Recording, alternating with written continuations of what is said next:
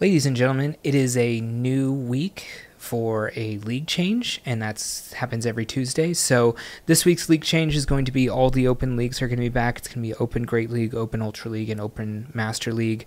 But for our concern in this video, and really just for me in general, we're going to be going over some Great League teams, Open Great League teams that you can use for this week. Actually, is it even more than a week? Let me check. This will be like 5 seconds, so no worries. Yeah, we'll have 2 weeks of Open Great League if you want it. Otherwise, next week is also Master Premier Week. So without further ado, let's go ahead and get into the video, go over some of the teams, because I actually have like a lot here. I think it's like 8 teams to go over, but really like 4 or 5 of them are kind of similar because the cores there are some very good cores in this league, and they can take over the meta. But first, if you haven't, definitely hit the subscribe button, and let's go ahead and get into it. All right, so this team is the first team going to be going over is Superior with Clodsire and Dewgong. Dewgong's going to be the safe swap. Dewgong kind of acts like another ground type here if you are used to ABB comps, even though this is technically ABC, which is just 3 differing types and balance. It's called a balanced team. Dewgong can function basically as another ground type, considering it has Drill Run and takes care of the coverages that that Superior is really lacking in, specifically like flying, and it's okay against fire as well with the Drill Run. Yeah, so Dewgong is the safe swap. I forget if I already said that, but Dewgong is one of the safest swaps in Open Great League, has been for a few seasons now. I'd say the last like 2 or 3 seasons. It's basically been like Dewgong starting from this season, or even starting from last season.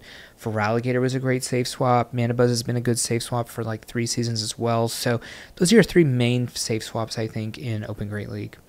Another thing about this team is it's very bulky, and the thing that you like a lot about Bulkymon nowadays is that you can actually get back to the 50-second shot clock or the 50-second timer and get a switch off or catch a move on another Mon and really take advantage, gain an extra 10 seconds there, and try to just keep your opponent off balance.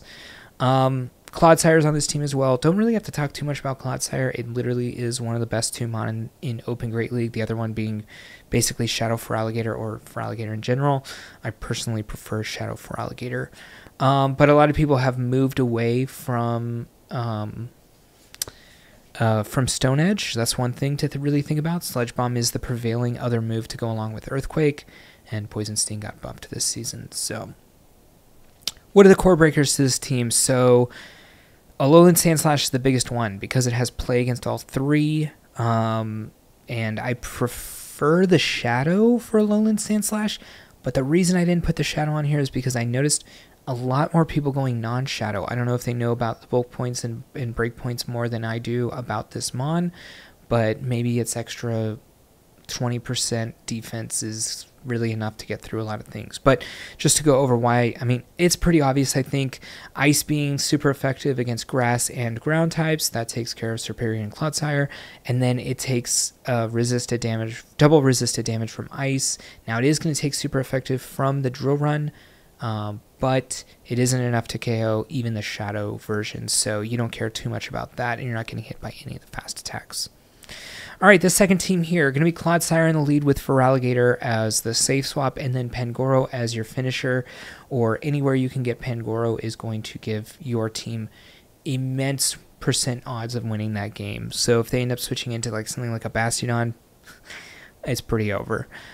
Basically, yeah, find a good matchup for Pangoro, and you can do a lot. It is just the like better but less bulky version of Scrafty. Just close combat is a lot here, and then with the nerfs to counter, it is basically the best fighting Mon around. Now I will say, caveat to that, in 1 week, is it 1 week or maybe a week and a half's time, it's actually 2 weeks basically, we're going to be getting Annihilate with whatever the name of his move's called. I'm just going to call it Raging Fist because I don't remember off the top of my head. So there might be a new fighter coming, or not even new, but the old fighter of Annihilate coming back even after the counter nerfs.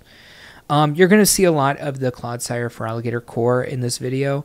It's just insane. These two Mon are the two best Mon in Open Great League, and not only that, they cover each other. So you're going to see a lot of teams with this. And in saying that, there will be a lot of people trying to break that core. Something like Dunsparce is good against that core as well. Did I say everything? Yeah, that's basically everything there. Core breakers. Gastrodon was one used a lot at the beginning of the season. Still can be used, but it is in an area where it can get countered pretty hard by Grassmon and things like this. So I think you'll see more Greninja than anything in this sort of meta that will be countering it. Now, Greninja has its own problems with something like Azumarill, but you can technically... Catching you here in the middle of the video, definitely subscribe if you haven't. Just take a second, hit it. All right, back to the video. Two shield through it, but it definitely can't take out like a Charmer of any kind. But then again, if Charmer hits our backline, that's pretty bad anyways, so we're already ABB to Charm, so seems fine. But Fairy's probably something else you should look out for on this team. If you don't get on the Clodsire to their Fairy, it can kind of rip through a lot. Now, in saying that, in the Zeros for Alligator, obviously can KO something like a Wigglytuff or a Clefable or anything like that. Well, for Clefable, you need an energy advantage, but you'll get there on the Wigglytuff. All right, third team, almost exactly the same. The only difference is instead of going for a squishy Mon in the middle, you can actually just go to a full kind of ABC bulk type squad here with the Mandibuzz as your dark type. Basically, the team will play almost the same, but you'll be able to play with your switch timer a lot more because you can't bring in Pangoro against something that it's, well, bad against. But actually, you can't even keep Pangoro in there against something that it's good against. You're just going to either take it out super fast. I mean, that's it. You're going to take it out super fast. Clock's not going to be up for your opponent or for yourself when they come back in with maybe something that counters it, and that Pangoro is going to be gone. But something like a Mandibuzz, it can definitely live through even a Moonblast from a Clefable or something like that. So going to give you some more play with the bulk, but going to be less explosive onto things that it's bad against. That's bad against you, rather. Core breakers, basically the same exact thing. Really, Lowland Sandslash going to be very good against you. Wait, was this the same thing? 1 second. No. Same as the other one, I guess. Anyways, yeah, so Greninja going to be very good against this whole team. Going to actually have Night Slash for the Feraligatr. Going to be super effective against the Clodsire. And then not really taking a lot of damage considering you're also a Dark type against the Dark type of Mandibuzz. They can only throw the Aerial Ace at you, and Aerial Ace is just not a good move. Even though Greninja is so freaking just... You can just explode this thing with anything. You can't actually kill it with a single Aerial Ace or not even get close. So... yeah, something to look out for in this team is definitely Greninja. It's even worse than the first Core Breaker team. Oh, no, wait. Than this team, yeah. Because at least on this team, if you get it in with the Pangoro, you probably do have to shield a Hydro Cannon still, but you're going to get just... yeah, you're going to get blasted by Pangoro. All right. Next team is very similar as well, just Arctibax in the middle. And what Arctibax has more play against is basically your water types are going to be less effective. Something like Greninja is not going to be as strong against this. So if you're seeing a lot of Greninja in the meta, but you really want to go for that Feraligatr Clodsire core, maybe this is the one to go for you. Going to be a lot of Dragon Breath damage, which really does a lot to something as not bulky as, or yeah, as a Greninja there. I just note here the Clodsire Feraligatr core is just very strong. I mean, I said that in all the previous ones too, so not a lot to say on this team. Now, even though I put Greninja here as a lot of damage basically because Night Slash can still do a lot, you're going to have way more play against it here. Now, you're going to end up still not being great against the Lowland Sandslash. Really, Hydro Cannon and Earthquake are the only things really hitting this for neutral. Even though, well, Earthquake's hitting for super effective, but you have to go up to freaking a lot of energy to expunge here, and if they end up shielding, you're going to be screwed. All right, a different core here, which is always good to see. This is going to be Talonflame with Double Water. The Talonflame, most notably here, and we saw this in the last iteration of Open Great League when it was around probably, is that 3 weeks ago at this point? Talonflame liking to run the double flying moveset of Fly and Brave Bird. Really, Brave Bird gives you a lot more play against things that you're bad against, like Azumarill. You can maybe two-shot it with double Brave Birds. So you're not going to have that sort of capability with Fly. It's just obviously less strong move. Obviously, you're not debuffing yourself, but yeah. And then Incinerate is just a much different move where you're sort of... You might even want... It's tough because Incinerate you'd want if you're a closer, like a finisher Talonflame, but also being in the back as Talonflame, Brave Bird is just as good a finisher because it hits like one of the hardest things in Pokemon Go, Great League. So, yeah, Azumarill, not a lot to say here that you've probably not heard before in a million other videos, but Azumarill obviously has been a safe swap. It's been a very good mon in Open Great League for... we'll say 16 of the 20 seasons at the very least. There were points where it kind of was not that great. The Bubble nerfed, you saw it a lot less, and then Bubble ended up getting buffed again. So, yeah, you're seeing it more often now in the last 4 seasons. And then Gastrodon is just like all the other types of finisher comps, closer comps. If you can get Gastrodon onto something good, go for it. Don't just say, hey, there's a Typhlosion here, so maybe Typhlosion is not a good one. Maybe there's a Gastrodon here, or not Gastrodon, Skeledirge here, and I'm just going to go in from my... It has a fire type, so I'm going to go in with my water type. You want to... If you have a really good matchup for Gastrodon, go into that and have your 2 big mon in the back, basically. What are the core breakers? So, water types. Specifically, Azumarill is going to be good against Talonflame and Gastrodon, and then obviously going to be neutral against the mirror match of Azumarill as well. And then something like Feraligatr is going to be okay against Gastrodon. It's going to be good against Talonflame, and if you want to go to shield scenarios with Azumarill, you can win that matchup with the Shadow version there.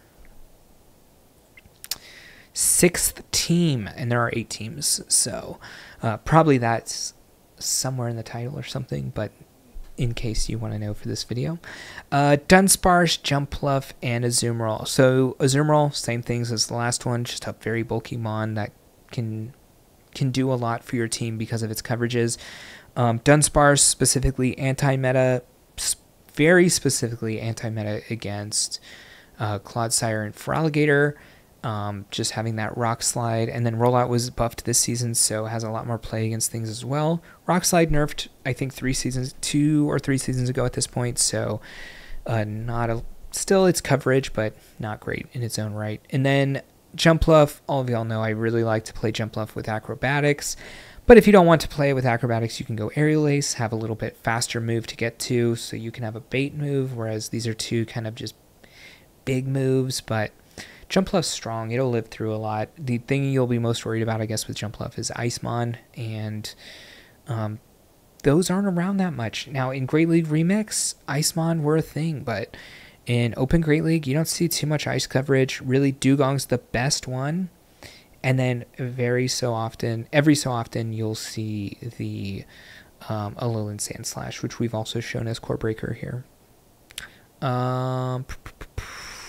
Azumarill's your safe swap. And let's see the core breakers. Core breakers, Licky Licky. Obviously, it's going to be neutral into Dunsparce, and it's going to be super effective into Jumpluff, and again, neutral against Azumarill. But... And you might see some Licky Licky. I will say, last time Great League, actually this whole season Great League's been around, you haven't seen that much Licky Licky. Everyone touted it as being going to be like the new Lickitung, and I mean, in that case it is, but because it got nerfed with the Lick nerf, but it's just not as good as Dunsparce, I feel like. But it can core break this team, but yeah. Registeel, also something you really don't see a lot of in the meta, but if you see it with this team, it's going to be pretty bad because it double resists, or it basically resists everything Jumpluff can do. It just hard counters Azumarill. Now, the Dunsparce matchup is at least interesting, but Registeel has Focus Blast for Dunsparce. Dunsparce has Drill Run for Registeel, but Registeel just hard out bulks.